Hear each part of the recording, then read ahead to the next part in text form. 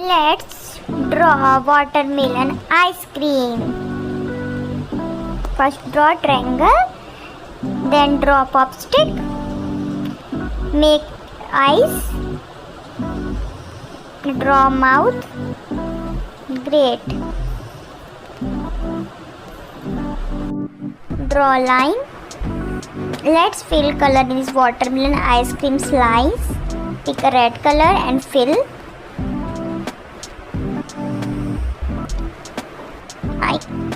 Are you enjoying, kids?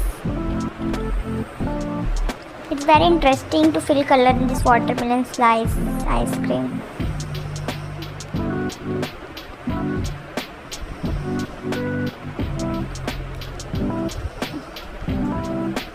Properly color filling. Beautiful. Let's pick color green.